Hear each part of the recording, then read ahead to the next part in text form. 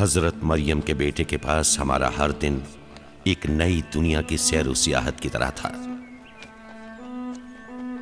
نئی جنتوں کا انکشاف اور دنیا کے ظاہری اور باطنی پوشیدہ اور آشکار حقائق کا نظارہ کر کے لگتا تھا کہ ہم ان کے ساتھ بہشت میں ہیں، کیونکہ وہ خود ہی ہماری جنت ہیں۔ عیسیٰ کے نورانی کلمات اور ان کے کردار نے خداوند عالم کے عدل سے آگے کی منزلیں بھی سمجھا دیں اور ہمیں اپنی جیسی دوسری مخلوق کے ساتھ مہربانی سے پیش آنے کا سلیقہ سکھا دیا، کیونکہ وہ بھی تو اللہ کے رسول اور اہل زمین کے لیے خدا کی ایک بڑی نشانی ہے۔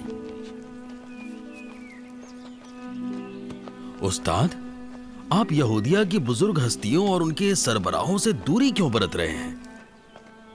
شمعون کے بیٹے اسخریوتی، میں تمہیں بتاتا ہوں کہ میں ان سے دور رہنا کیوں چاہتا ہوں، کیونکہ ان میں سے بہت سے لوگ ہماری تعلیمات کا مذاق اڑاتے ہیں۔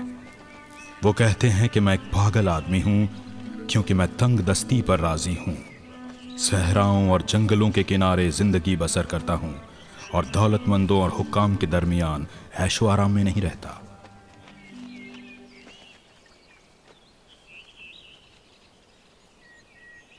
استاد، یقیناً آپ کی بات حق ہے، اور ہم نے اسی وجہ سے بلا جھجک ہر چیز کو چھوڑ دیا ہے تاکہ آپ کی پیروی کر سکیں۔ آپ یہ بتائیے ہم کس طرح اپنے جسم کو بھول جائیں؟ خودکشی کرنا تو جائز نہیں ہے، چنانچہ جب تک زندہ ہیں ہمیں اپنے جسم کی دیکھ بھال تو کرنی ہی پڑے گی۔ برنابا، اپنے جسم کو ایک گھوڑے کی طرح سنبھالو تاکہ تم چین سے زندہ رہ سکو، اس لیے کہ گھوڑے کو معین مقدار میں کھانا دیتے ہیں اور اس سے زیادہ اس سے ڈھیر سارے کام لیتے ہیں، اس کے منہ میں لگام لگا دیتے ہیں تاکہ وہ انسانوں کے ارادے کے مطابق چلے، اسے باندھتے ہیں تاکہ وہ کسی کو نقصان نہ پہنچائے اور استبل میں قید کر دیتے ہیں، اور جب وہ سرکش ہو جاتا ہے تو اسے پیٹا جاتا ہے تاکہ سدھر جائے۔ اپنے بدن کے ساتھ تم بھی یہ برتاؤ کرو تاکہ ہمیشہ خدا کے ساتھ منسلک رہ سکو۔ میری باتوں سے ناراض نہ ہونا، کیونکہ حضرت داؤد نے بھی یہی کام کیا تھا، جیسا کہ خود انہوں نے اس بات کا اعتراف کرتے ہوئے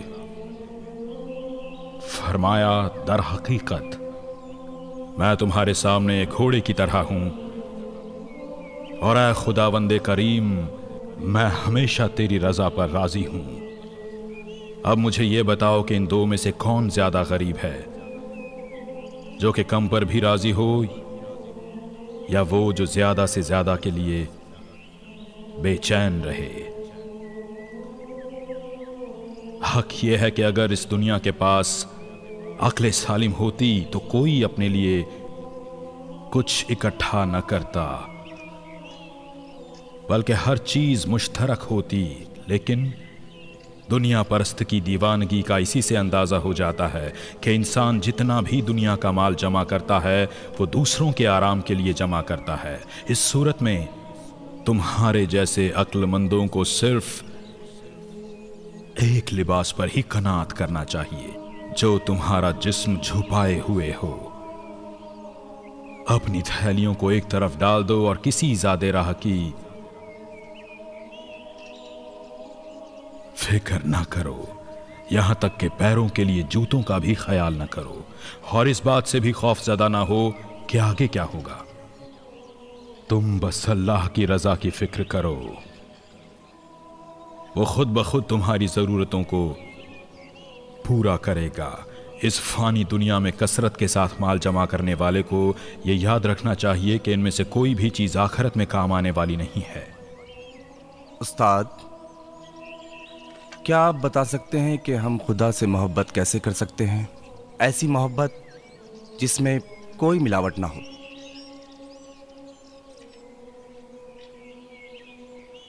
میں تمہیں سچ سچ بتاتا ہوں، جو شخص خداوند عالم کی محبت اور خوشنودی کے لیے اپنے ماں باپ، بیوی بچوں اور اپنی زندگی سے دوری اختیار نہیں کر سکتا، وہ شخص ہرگز خداوند عالم کی محبت حاصل نہیں کر سکتا۔ اے بزرگوار، جناب موسیٰ کی مقدس کتاب میں یہ تو تحریر ہے کہ اپنے باپ کا احترام کرو تاکہ تمہاری عمر میں اضافہ ہو سکے، اور یہ بھی تحریر ہے کہ لعنت ہے ایسے شخص پر جو اپنے ماں باپ کا فرما بردار نہ ہو۔ پھر کس طرح آپ ہم سے چاہتے ہیں کہ ہم اپنے ماں باپ کی اطاعت نہ کریں؟ جو کچھ میں نے کہا ہے وہ بالکل صحیح ہے، کیونکہ یہ میرا کلام نہیں ہے بلکہ اس خداوند عالم کا فرمان ہے جس نے مجھے بنی اسرائیل کی طرف بھیجا ہے۔ جب بھی ماں باپ یا دوسرے افراد اللہ کی راہ سے دوری کا سبب بنے تو اس وقت تم ان سے دور ہو جاؤ، کیونکہ پھر وہ تمہارے لیے دشمن کی طرح ہیں۔ کیا خداوند عالم نے حضرت ابراہیم سے نہیں فرمایا تھا کہ اپنے آبائی گھر اور اپنی قوم سے دور چلے جاؤ اور جا کر ایسی سرزمین پر سکونت حاصل کرو جسے میں نے تمہیں اور تمہاری نسل کو عطا کیا ہے؟ خداوند عالم نے حضرت ابراہیم سے اس طرح کا خطاب کیوں کیا؟ کیا اس کی وجہ یہ نہیں تھی کہ حضرت ابراہیم کے چچا بتوں کو بنانے والے اور جھوٹے خداؤں کی عبادت کرنے والے تھے؟ اسی وجہ سے ان دونوں افراد کے درمیان دشمنی اس حد تک بڑھ گئی کہ چچا اپنے بھتیجے کو آگ میں جلانے کے در پہ ہو گیا۔ افسوس ان لوگوں پر جو اپنے جسم کو آرام اور آسائش پہنچانے کے در پہ رہتے ہیں، کیونکہ آخرت میں کوئی چیز ان کے شامل حال نہ ہوگی۔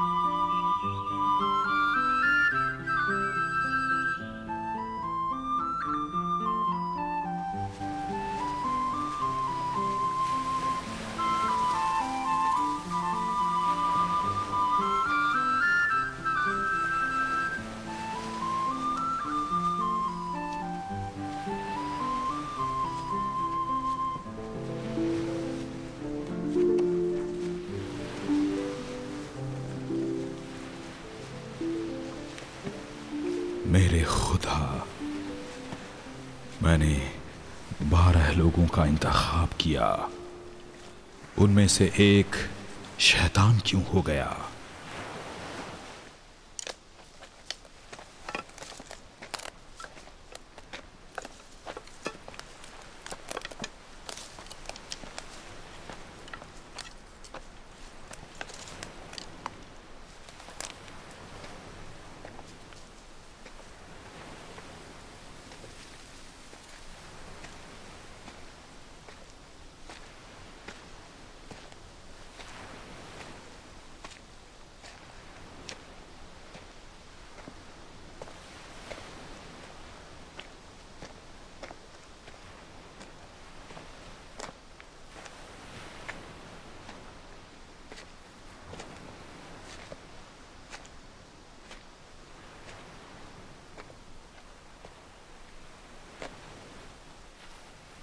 استاد،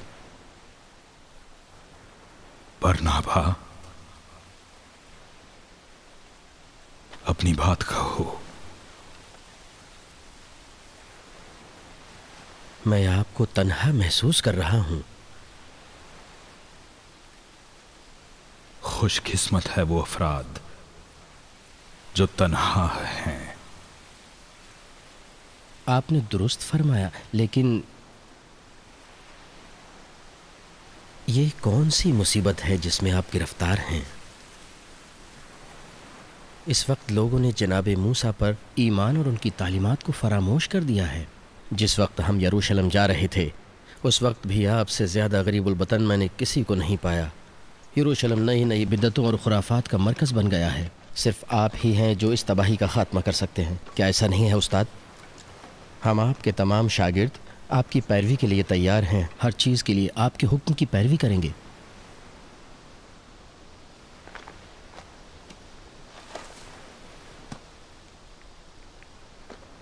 میرے پیارے برنابا،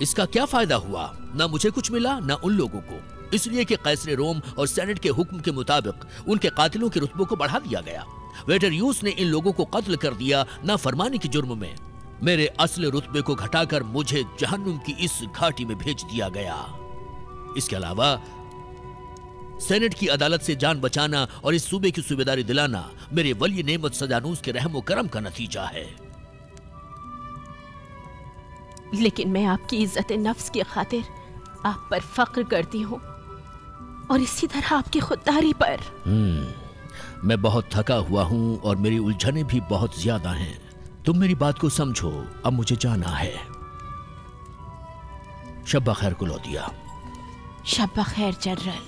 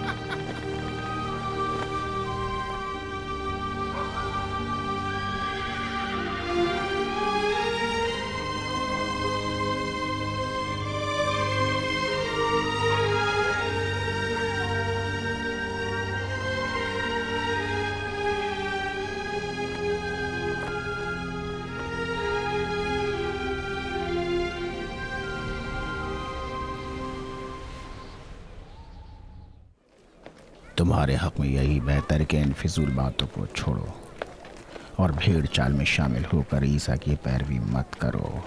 عیسیٰ کے ارد گرد جمع ہونے والی عورتوں سے دھوکہ نہ کھاؤ۔ عورتیں تو خیالات کو لے کر ہمیشہ غم و غصے میں رہنا اور گریہ کرنا جانتی ہیں، اس کے علاوہ عورتوں کو اور کیا آتا ہے؟ مجھے اور تمہیں سمجھنا چاہیے کہ وہ آگ جس نے بنی اسرائیل کو گھیر لیا ہے وہ کیا ہے؟ اللہ کی آگ ہے یا شیطان کی؟ اب تم مجھے مردانہ بار جواب دو، کیا تم میرے ساتھ ہو؟ کیا تم میری مدد کرو گے یا نہیں؟ جواب دو۔ میں بھلا آپ کی کیا مدد کر سکتا ہوں؟ اس معاملے کو حل کرنے میں کیا تم میرا ساتھ دو گے؟ میں زیادہ وقت تو نہیں مانگ رہا ہوں، مگر مجھے تھوڑی مہلت چاہیے۔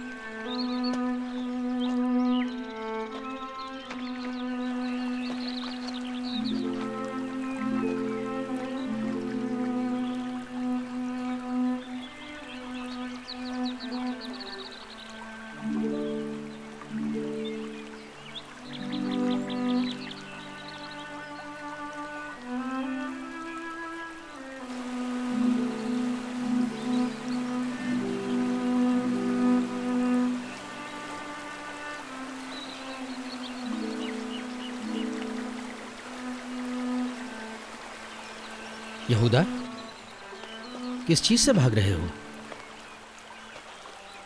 کیا مطلب؟ تم کسی چیز سے فرار کر رہے ہو؟ نہیں، میں کس چیز سے فرار کروں گا؟ تمہارا مطلب مجدلیہ تو نہیں؟ ہاں ہاں، اس سے شادی کیوں نہیں کرتے؟ شادی؟ یہودا، مجھے معلوم ہے کہ میں کیا کہہ رہا ہوں، تم دونوں کے لیے یہی مناسب ہے۔ اچھا، جب تم نے یہ بات کہہ ہی دی تو ڈرو نہیں، میں بھی بال بچے دار نہیں ہوں، لیکن اگر قبریز گیا تو شادی کر لوں گا، بندرگاہ سلامسی کسی اچھی لڑکی سے۔ برنابا، مجھے کچھ عجیب و غریب محسوس ہو رہا ہے۔ پتہ نہیں کیا ہے، مجھے کچھ ایسا لگتا ہے جیسے کوئی چیز مجھے آگے دھکیل رہی ہے۔ تم کیا کہتے ہو؟ دل دے دینا اسی کو کہتے ہیں۔ نہیں، ایسا لگتا ہے میں اڑ رہا ہوں، جیسے کسی چیز نے مجھے باندھ رکھا ہے۔ سمجھ میں نہیں آتا کیا کروں۔ یہودا، تم عاشق ہو چکے ہو بس۔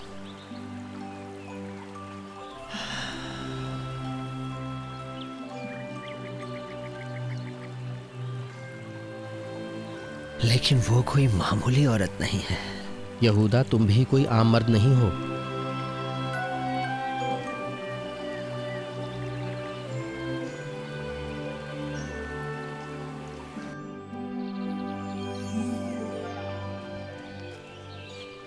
دوسرے روز صبح ہم لوگ فلسطین کے شمالی علاقے تبریہ میں پہنچے۔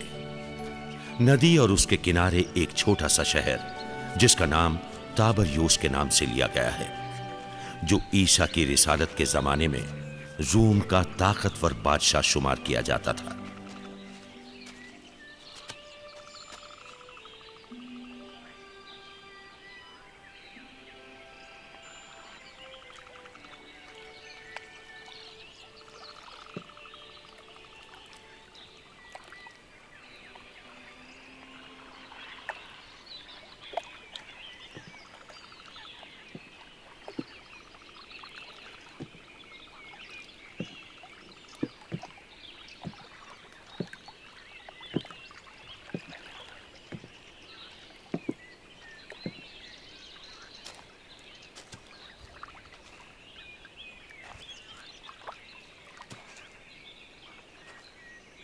استاد، ہم سب نے موسیٰ کی کتاب میں پڑھا ہے کہ خدا نے جناب اسحاق کا وعدہ کیا ہے، نہ کہ عربوں کے جد حضرت اسماعیل کے بارے میں۔ ہاں، حضرت موسیٰ کی کتاب میں ایسا ہی لکھا ہوا ہے، لیکن اسے نہ تو حضرت موسیٰ نے لکھا ہے اور نہ ان کے وصی جناب یوشع نے۔ استاد، یعنی ان دونوں میں سے کسی نے نہیں لکھا ہے؟ پھر کس نے لکھا ہے؟ اسے یہودی کاہنوں نے لکھا ہے، بنی اسرائیل کے علماء نے۔ یا خدا،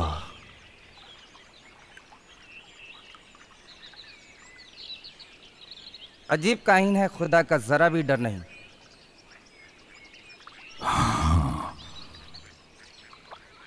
انہیں خدا سے کوئی خوف ہی نہیں۔ انہوں نے یہ کیسے کر دیا؟ یقین مانو کہ جو کچھ میں تم سے کہہ رہا ہوں وہ حق ہے۔